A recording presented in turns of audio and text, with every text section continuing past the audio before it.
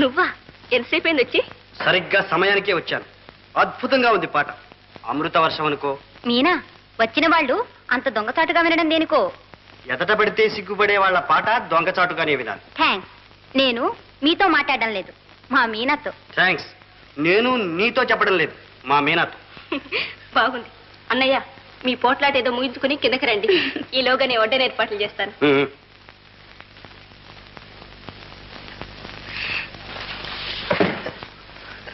మీరా? అవును నేనే. మీనా, ఏం వాయించావు వీణా?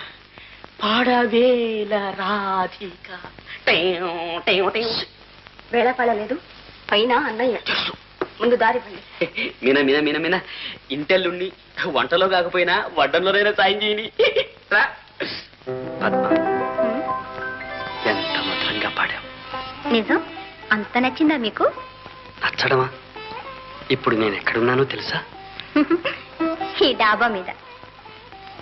అందుకే మీ ఆడవాళ్లకు భావనాశక్తి తక్కువ అంటారు. నీ గానమాధుర్యంలో తన్మయుణ్ణి. అలా అలా తేలిపోతూ ఏదో స్వప్నలోకంలో విహరిస్తూ. అయితే భోజనం అక్కడికే పంపించమంటారా? ఎందుకు?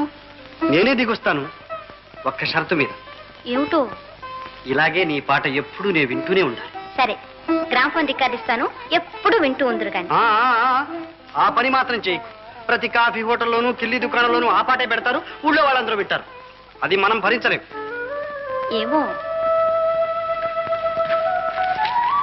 నీ గానం ఒకే ఒక అదృష్టవంతుడి హక్కుగా నిలిచిపోవాలి. ఎవరా అదృష్టవంతుడు? నీకు తెలియదా? అబ్బా, ఎంత స్వార్థం. మీనా, పాయసం యమ తీపిగా ఉంది. ఆగు, అప్పుడే తాంబూలమా? ఇంకా డిన్నర్ పూర్తిగా అందే. ఫ్రూట్స్, ఐస్ క్రీము ఎన్ని ఉన్నాయి? ఉండండి చెప్తా. ఆహా, తీసుకురా బావా. ఏమిటో తక్కువైంది అనుకుంటున్నా. సరే మీనా, ఇంట్లో యాపిల్స్ పెట్టాను, కనిపించవే? ఏమో ఉన్నాయా? పెడితే ఏమవుతాయి? ఏం బావా? చాలే బావా. ఏం అనుకోలే, నిజం చెప్పు. బాగుంది. విందుకు పిలిచి దొంగతనం అంట కట్టారే. ఎంతటి సుదినం, ఎంతటి సుదినం. అబ్బాయి, భజన దివ్యంగా జరిగిందనుకో. ఇదిగో ప్రసాదం. నాన్న, ఇందులో యాపిల్స్. అవునరా, అవే. కొబ్బరికాయ కొళ్ళిపోయిందని పరితపిస్తూ ఉంటే కిటికీలోని ఆపిల్ పళ్ళు ఆ కోదండరావుడే చూపించాడు. ఒరే ఒరే, ఈవేళ భక్తులు ఎంత పరవశులయ్యారనుకున్నావు? నాన్న, అన్ని. అవునరా, అంతమంది భక్తులకి అన్ని పళ్ళు కాకపోతే ఒక్కటెలా సరిపోతుందో? సరేలే, కళ్ళ కద్దుకు నోట్లో వేసుకో. ఆహా, ఇల్లు ఎంత కళకళలాడుతుంది. అల్లుడు, కూతురు, కొడుకు. అదే ఉంటే ఎంత సంతోషించేది. అమ్మా మీనా, నువ్వు రేపో మాపో అత్తవారింటికి పోతావు. ఇక మిగిలేది వాడు నేను. ఇద్దరం పక్షులం బిక్కు బిక్కుమంటూ. పద్మలాంటి కోడలు ఇంట్లో మసులుతూ ఉంటే ఎంత శోభగా ఉంటుందో. విన్నావా మా నానేమంటున్నారు? వినలా. ఒరేయ్, నువ్వే కాస్త గట్టిగా చెప్పు. అలాగే నాన్న. మా నాన్న ఏమంటున్నాడంటే, నాకేం బ్రహ్మచెవుడు లేదు.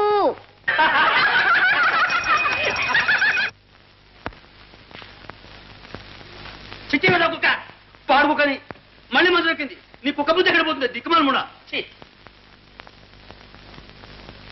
కృష్ణారామ పరంధామ.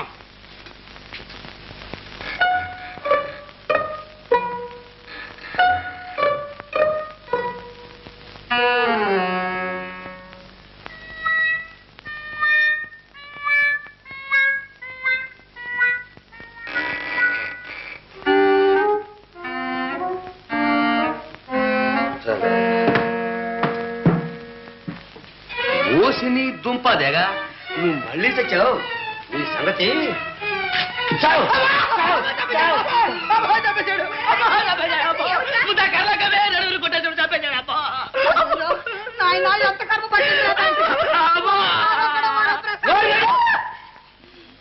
నోళ్ళు మూసారలేట.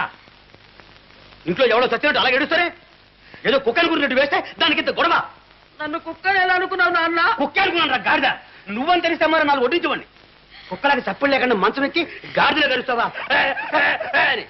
అడ్డగాడిద అని చెట్టంత కొడుకుని పట్టుకుని ఏమిటంటే ఆ మాటలు?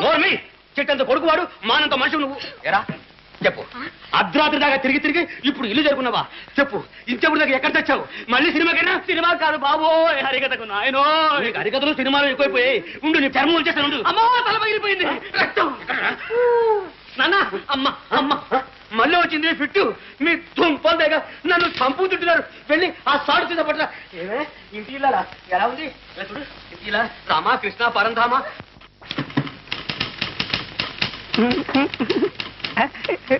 లచ్చి ఒక గ్లాసుడు మంచినీళ్ళు ఇస్తా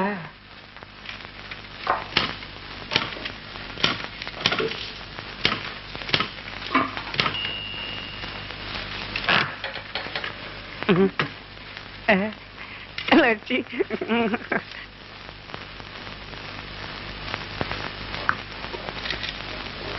లచ్చి ఇవాళ ఒకటే వెర్రి దాహంగా ఉంది ఇంకో గ్లాసుడు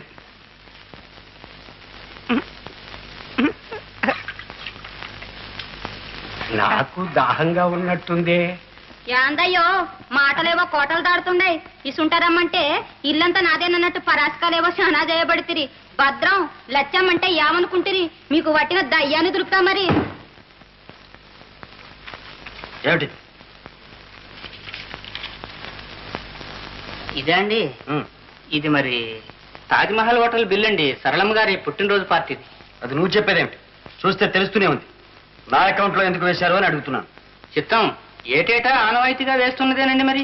ఆనవాయితీ ఏమిటయ్యా అర్థం లేని మాట భానోజీ గారి కూతురు బర్త్డే పార్టీ చేసుకోవడం ఏమిటి ఆ బిల్స్ అన్ని మధ్య నేను భరించడం ఏమిటి సరిగ్గా నేను ఆ మాటే అనేవాడిని అజయ్ బాబు కానీ నాన్నగారు వినిపించుకుంటేనా ఆ ఊసెత్తితేనే మండిపడేవారు సరళంటే వారికి అంత అభిమానం అమ్మాయి పుట్టినరోజు అనేసరికి బాణసంచాలు హరికథలు పాట కచేరీలు ఒకటేమిటి ఎన్నెన్నో ఉండాలని పట్టుబట్టేవారు ప్రతిదీ నాన్నగారు చేసినట్టే చేయాలంటే మనం తోగ్గలమా భానోజీ గారు డబ్బు చిక్కులు ఎన్ని వచ్చి పడ్డాయో మీకు తెలియదు దాందే ఉంది అజయ్ బాబు నా అకౌంట్లో రాయిస్తాను కానీ ఒక్కటే భయం స్వర్గంలో ఉన్న మహానుభావుని ఆత్మ బాధపడుతుందేమోనని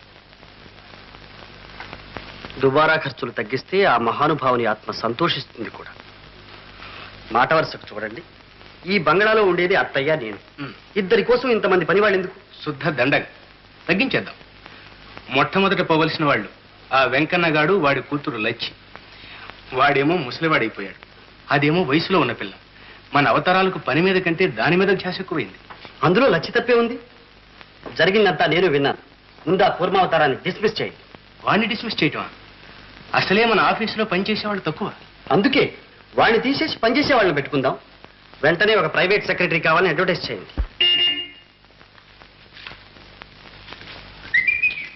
హలో ఏమిటా చూపు అంత నవ్వొచ్చే సంగతి ఏమిటి ఏం లేదు ఆ సిల్క్ షర్టు ఆ ఉలెన్ ప్యాంటు ఆ షూస్ ఓహో పిల్ల జమీందార్లా ఉన్నావు అలాగే అంటూ ఉండు నేను ఒకనాటికి జమీందారు అయిపోతాను కోరికలే గుర్రాలైతే మనం వాటి మీద స్వారీ చేస్తాం అప్పుడు ఈ రాణి సాహెబా ఆ శృతి మించుతోంది అన్నయ్య అన్నయ్య అన్నయ్య వస్తాడులే రాత్రి భోజనం అదేమిటి సాయంకాలం నా డాన్స్ కు రాడా ఏమో నాకేం తెలుసు బ్రదర్ ఇవాళ నాకు చచ్చేంత పనింది పద్మని డాన్స్ పర్ఫార్మెన్స్ కు నువ్వే తీసుకెళ్ళు అని మరీ రిక్వెస్ట్ చేశాడు ఏం చేస్తాం ఫ్రెండ్ కదా అని బాగా అన్నా ఏమిటో విజయ్ ఇంతకాలం కష్టపడి అన్నయ్య నాకు చదువు చెప్పించాడు నాకు కూడా ఏదైనా ఉద్యోగం దొరికితే వద్దులే బాబు మగాళ్ళకే ఉద్యోగాలు లేక చస్తున్నాం ఇక మీ ఆడపిల్లలు కూడా ఉద్యోగాలకు ఎగబడితే చెప్పనా మా అవస్థ ఏం విజయ్ నేను ఉద్యోగం చేయడం నీకు ఇష్టం లేదా ఊరికే అన్నారు పద్మ నాకెందుకు ఇష్టం ఉండదు నీకు ఉద్యోగం వస్తే నాకు మంచి పార్టీ ఇస్తావుగా టైం అయిపోయింది బయలుదేరు